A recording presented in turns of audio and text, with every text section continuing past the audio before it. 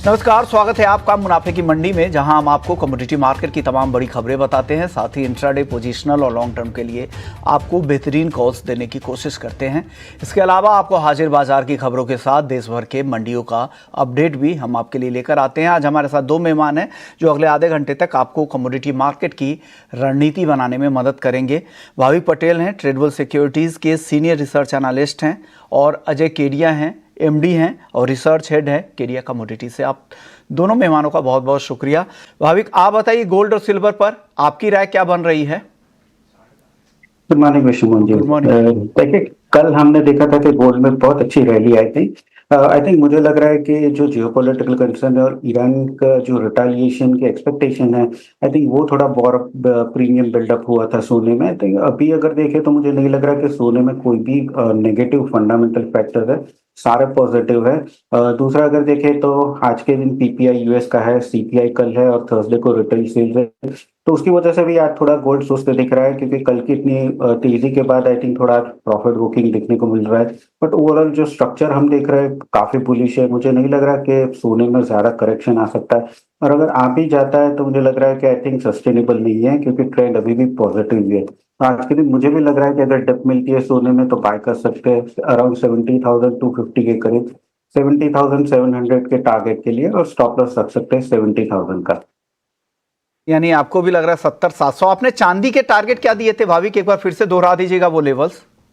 चांदी में मुझे लग रहा है आज के दिन अगर थोड़ी बहुत करेक्शन मिलती है 80,500 के करीब, तो 81,400 के टारगेट के लिए बाय कर सकते हैं 80,000 के स्टॉप लॉस से। ओके, कच्चे तेल की अब बात कर लेते हैं। भाविक, आप बताइए, आपकी राय क्या बन रही है कच्चे तेल को लेकर? आपकी कॉल क्या है?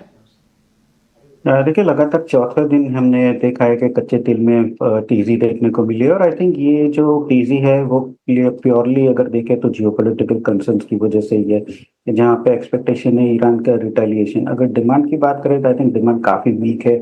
यूरोप के अगर मार्जिन, रिफाइनिंग मार्जिन देखें तो वो लो है, चाइना के तो बहुत लो है।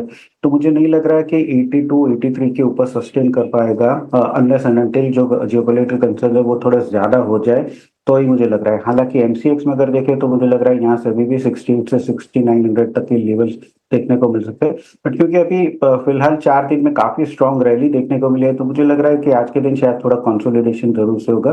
बट यहाँ से बेच के नहीं चलना चाहिए, कोई भी डिप मिलती है तो बाई करना चाहिए। तो मुझे लग रहा है कि 6700 का जो कॉल ऑप्शन है वो बेहतर रहेगा आज के दिन।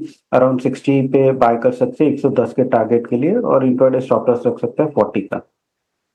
तो आपको भी लग रहा है कि 6700 के स्ट्राइक की कॉल ही खरीदे, 60 के लेवल पे 110 के टारगेट के लिए यहां पर खरीदने की सलाह। तो फ्यूचर्स और ऑप्शंस दोनों की राय आपके पास आ गई है। व्यू यहां पर बुलिश ही है, लग रहा है कि तेजी यहां से बढ़ेगी। ये सलाह कच्चे तेल को लेकर है। बात कर लेते हैं बेस मेटल्स की। बेस मेटल्स की चाल देखें तो चौतरफा यहां पर गिरावट दिख रही है। जिंक 1% से ज्यादा कमजोर दिख रहा है, 257 रुपए तक फिसल चुका है। कॉपर 785 रुपए तक आ चुका है। एल्युमिनियम में भी आधे % से ज्यादा की गिरावट है, 214 रुपए के आसपास। और लेड भी आज कमजोरी है, 186 रुपए 35 पैसे पर एमसीएक्स लेड का भाव है। तो चौतरफा गिरावट यहां पर आधे से 1.25% तक की गिरावट अलग अलग बेस मेटल्स में दिख रही है। आप बताइए भाविक, इस गिरावट में कोई आपको कमजोर काउंटर नजर आ रहा है जहां पर शॉर्ट के मौके हो, या आपको लग रहा है इस गिरावट में खरीदारी करनी चाहिए? मुझे अभी भी लग रहा है कि आई थिंक गिरावट में थोड़ी खरीदारी करनी चाहिए। हाँ, खास करके कॉपर की बात करें, क्योंकि कॉपर में हमने अच्छे खासे करेक्शन देखने को मिल रहे हैं, और एमसीएक्स में भी देखें तो 760, 768 का जो जोन है वो आई थिंक एक सपोर्ट जोन बन के आ चुका है। हालांकि जो नेगेटिव जो चाइनीज की कंसर्न्स है वो ऑलरेडी मार्केट ने अच्छे खासे फैक्टर किए, बट एक दो अभी फैक्टर्स वो आ रहे हैं कि जो दिखा रहे हैं कि आगे जाके आई थिंक कॉपर के प्राइसेस थोड़े और स्टेबल हो जाए।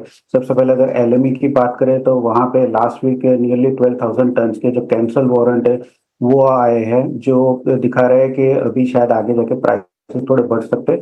और मार्केट में भी ये फैक्टर आया नहीं है कि जहाँ पे जो कॉन्गो है जो एक बड़ा कॉपर का प्रोड्यूसर है, तो जाम्बिया ने जो शेयर कर रहा है बॉर्डर, तो जाम्बिया ने अपनी बॉर्डर बंद कर दी है, और कॉन्गो से यूजुअली कॉपर जाम्बिया और जाम्बिया से साउथ अफ्रीका और वहां से सारे वर्ल्ड में सप्लाई होता है, तो वो एक इफेक्ट भी आ सकती है। तो मुझे लग रहा है कि आई थिंक 780 के करीब कॉपर जो है वो बाय कर सकते हैं 788 के टारगेट के लिए, और स्टॉप लॉस रख सकते हैं 775 का। ऑलरेडी काफी ओवरसोल्ड जोन में चल रहा है कॉपर, तो मुझे लग रहा है कि यहाँ से थोड़ी बहुत अपसाइड देख सकते हैं। तो ये बेस मेटल्स पर आपका व्यू। फटाफट से भाविक आप ग्वार पर बता दीजिए, ग्वार को लेकर आपका क्या रुख है, किस तरह की चाल दिख रही है यहाँ से? देखिए फुहारे दिखे सितंबर कॉन्ट्रैक्ट देखे तो वही 52 से 5600 के बीच में फंसा हुआ है। आई थिंक 5200 एक अच्छा बेस बन चुका है, तो मुझे लग रहा है यहाँ से 5350 पे सितंबर कॉन्ट्रैक्ट बाय कर सकते हैं 5450 के टारगेट के लिए, और स्टॉप लॉस रख सकते हैं 5300 का। शुक्रिया केरिया जी आपका, भाविक आपका, आप लोगों ने वक्त निकाला और एग्री और नॉन एग्री मार्केट पर आपने अपनी राय रख ली। तो मुनाफे की मंडी में फिलहाल इतना ही। ब्रेक के बाद जब हम लौटेंगे तो इक्विटी मार्केट का रुख करेंगे, वहां वायदा बाजार में क्या कुछ चल रहा है बताएंगे आपको एफएनओ जंक्शन में। नमस्कार।